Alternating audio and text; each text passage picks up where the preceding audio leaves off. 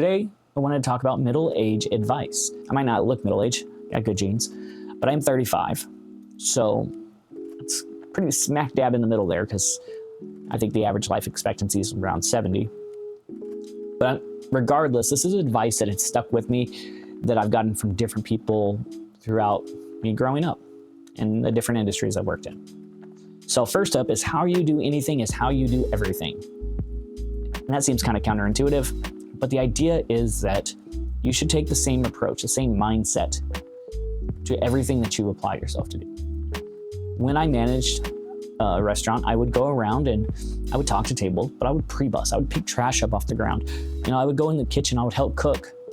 I wasn't afraid to go do dishes if I needed to do dishes. Take a table's order, bring out drink refills, because I treated that restaurant like it was my own. That was the mindset that I ran it with.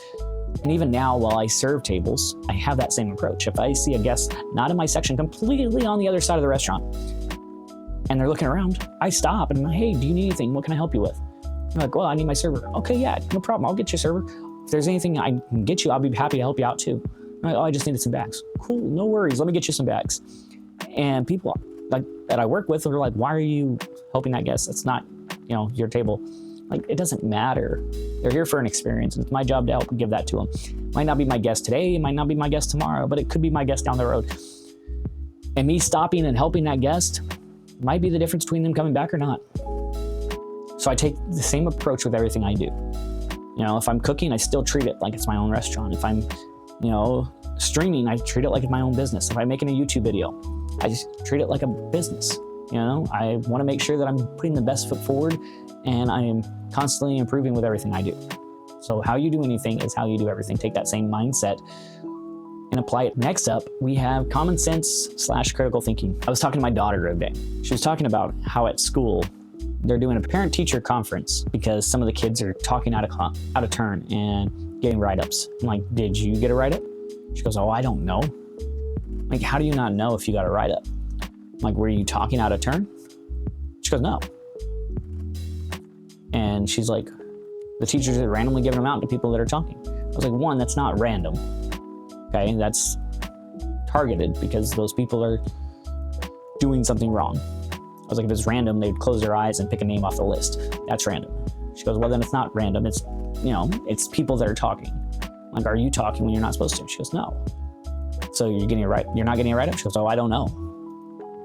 I'm like, listen, if you know, one, that the teacher is giving write-ups only to people talking out of turn, and two, that you're not talking out of turn, then therefore you can draw the conclusion, three, that you don't have a write-up. She goes, okay. I was like, that's using the information you have to put it together to fill in the blank of information you don't have. And she's like, okay, that makes sense. I was like, if I blindfold you and you're in a house, right? Or your box or whatever, and I take you outside, all you see is pitch black because you're blindfolded. I ask you what time of day it is, but you hear birds chirping, right? You're gonna say it's morning time. You can't see if it's morning time, you can't smell if it's morning time, you can't taste if it's morning time. But you hear the birds, you assume it's morning time. That's using context clues that you have to fill in the blank. I was like, that's what critical thinking is. That's common sense. I was like, common sense isn't a flower that grows in everyone's garden, but it can be developed. And I always thought I was blessed with, critical thinking skills. And I was looking back on it, and I don't think I was. I think it's a developed skill. I used to problem solve and challenge myself. I would take my puzzles when I was 4 years old and turn them upside down, where you just see the cardboard part, and I build my puzzles that way. I always idolized, Sherlock Holmes. Right? Even growing up, I loved watching House. And the idea behind it is these guys use their critical thinking skills to find clues, essentially, to fill in the blank and solve the problem. Even Psych was another great one. So I'd always challenge myself to be more observant so I can piece together information and develop my critical thinking skills. So it is a skill that can be developed. I have a whole video on it right here. Also, it'll be linked down below in the description.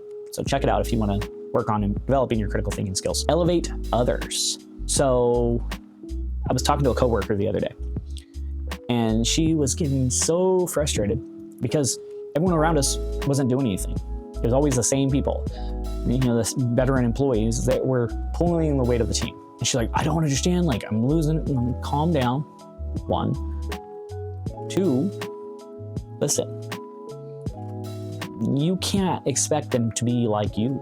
You can't expect them to be like all these other veteran servers. They're not them. They don't make the same money as you guys. Now, that doesn't mean they can't be like you, but it just means that they're not you right now.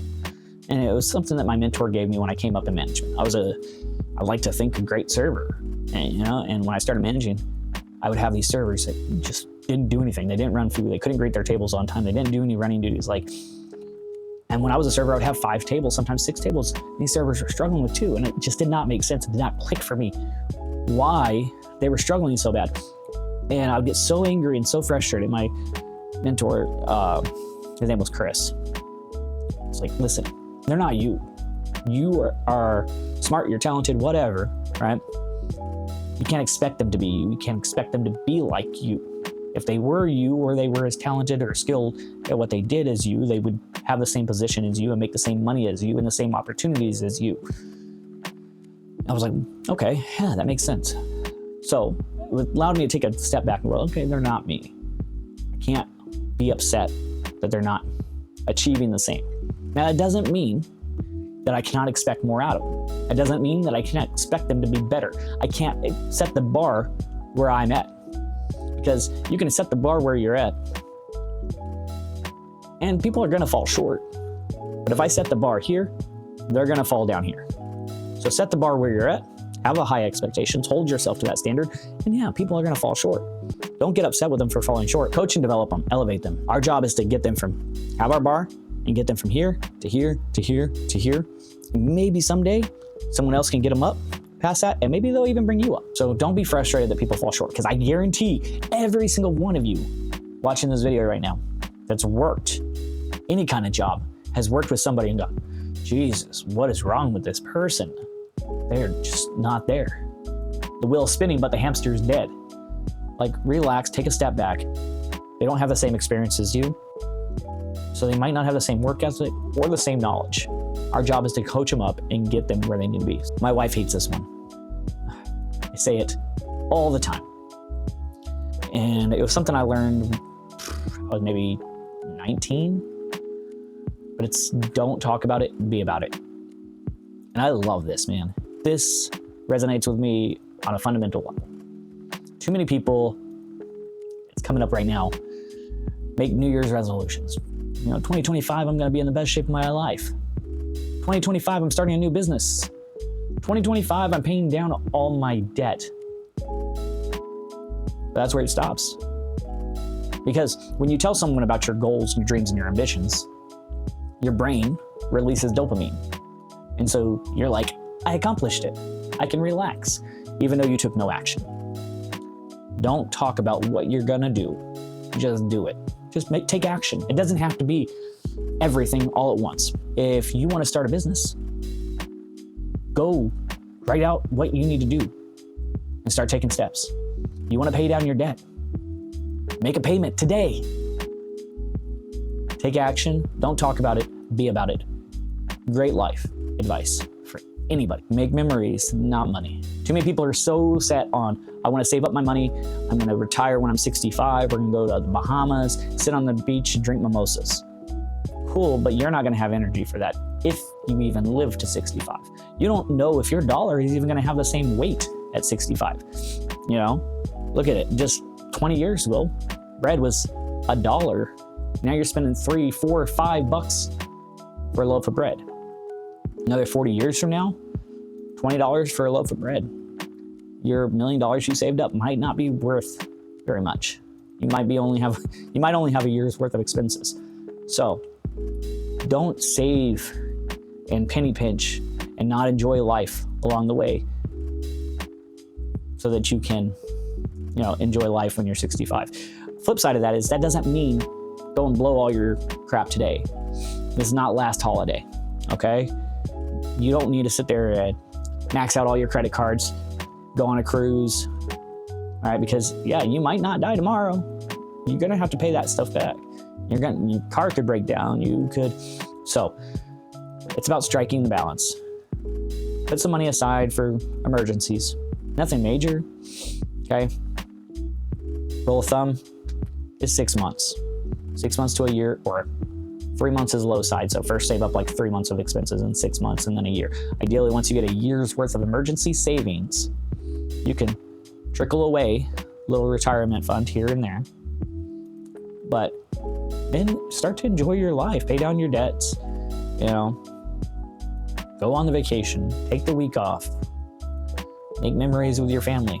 Because again, you might not be here. And I would say the biggest thing I can say, I am by no stretch a financial expert. I am not a financial guru. But the most adult thing I have ever done in my life, I recommend to everybody I talk to, get life insurance.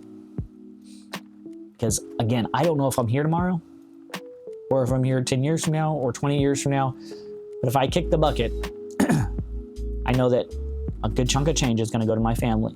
And it might not be enough to carry them through into retirement, but it will be enough to get them rolling, cover the cost of funeral or cremation or whatever they want to do. I don't care. I'll be dead. And they can take time to grieve and honestly be in a better spot than before. It doesn't cost a ton of money. And the sooner you get it, the cheaper it is. If you wait until you're, falling apart and you go get life insurance, yeah, it's going to be $250 a month. My wife's is $40 a month. Mine's $70. But even that's a worthwhile investment for me. Get life insurance. Put a little bit of money aside for emergencies, a little bit aside for retirement, but mostly enjoy life. Make memories. Growth mindset. We get out of school and we're like, hell yeah, we're done learning. I don't need to worry about opening a text. The world is changing. The world is evolving. Your competition's evolving. Keep learning. Learn to interact with other people. Learn constantly. Whether it's conflict resolution to continue to work on the relationship you have with your spouse and children. Learn how to do home repairs to save you money down the road. Learn how to fix your car. Learn a new skill. We should constantly learn. Keep our brain engaged. It's a muscle, just like anything else. If you're not used, it's going to deteriorate as you age. And you don't want to be 60 years old with dementia. Keep your brain involved. Keep learning. Keep using it. This part is my favorite, and it's pursue your passion. All right. We go to school, we start school, right? And we go there until we're 18, 17-ish. Whether it's 7 to 3 or 8 to 4, 9 to 5, right? The idea is we're there for 8 hours to kind of get us in the mindset of working. And then we go and get a job. Or we go to school more, to get higher education. And then we get a job. Either way, it's all programming to teach us the basic skills that we need to function in society and to make sure that we can consistently show up someplace 8 hours a day for an extended period of time and follow directions. Okay? That's not a life for anybody. Now, I'm not saying if you pursue your passion, you're going to be wealthy. Okay? I'm not saying you're going to be the next Mr. Beast if you start a YouTube channel, or you're going to be the next Gordon Ramsay if you start a restaurant. All right? But I am saying that we spend so much time living someone else's dream, and we often forget about our own. And I think most midlife crises occur because we spend so much time ignoring our desires that we contemplate continuing. And then we have a mental breakdown and we go and buy a new Porsche. Right? And that doesn't fulfill us. So that doesn't mean you can't work another job, but pursue your passion. I'm passionate about making YouTube videos. This doesn't mean that my channel is going to blow up. I've got 30 subscribers, 31 technically now. Doesn't mean that I'm going to ever make $1 off of this. But I enjoy shooting these videos. I enjoy sharing my thoughts. I enjoy editing. I enjoy learning how to do this better. And it makes me happier. Pursuing your passion will make you happier. And honestly, anything we can do to find happiness in this cruel world. Like, there's a lot of beauty in this world, but there's so much crap going on. It's scary. A lot of people don't even want to have kids anymore because they don't want to bring their children into this kind of world. We're on the, cusp of collapse, it seems like. And I can't be certain, and For all I know, this is just a normal reoccurrence that happens every couple decades for every generation. And every generation feels the same way. But the fact of the matter is, we're not meant to be here to sit there and live someone else's dream. Pursue your passion. You only get one chance at it, as far as we know. So why not live it to the fullest? Okay. Go and do that hobby that you like. It doesn't matter. You want to collect stamps? Go collect stamps, dude. Like, no one's gonna fault you for it. Be you. Be the authentic you. Want to start a YouTube channel? Who cares what your friends say? Who cares what your family says? You want to go and, I don't know, don't do anything weird, but, you want to go and play fucking Pokemon cards. Go play Pokemon cards, man. It's not a big deal. I play Magic Arena. Like, Magic the Gathering on PC. That's what I play. I don't care what my friends think. Go have fun. Do what you like. Enjoy yourself. Okay? Go build a puzzle if that's what you want to do. Go do crosswords. Go play board games with your families if that's what you're really into. All right? Enjoy your life, because you don't know if you have another one. But if you guys want some more midlife advice, then let me know in the comments below, and I would be happy to do a part 2. I've linked my Patreon. I've increased the value that you guys get for the different tiers. It's $1, $3, or $5 if you want to support the channel. I've also got affiliate links below that help my channel grow. And check out the video right here where I give you 5 tips that are going to change your life starting today.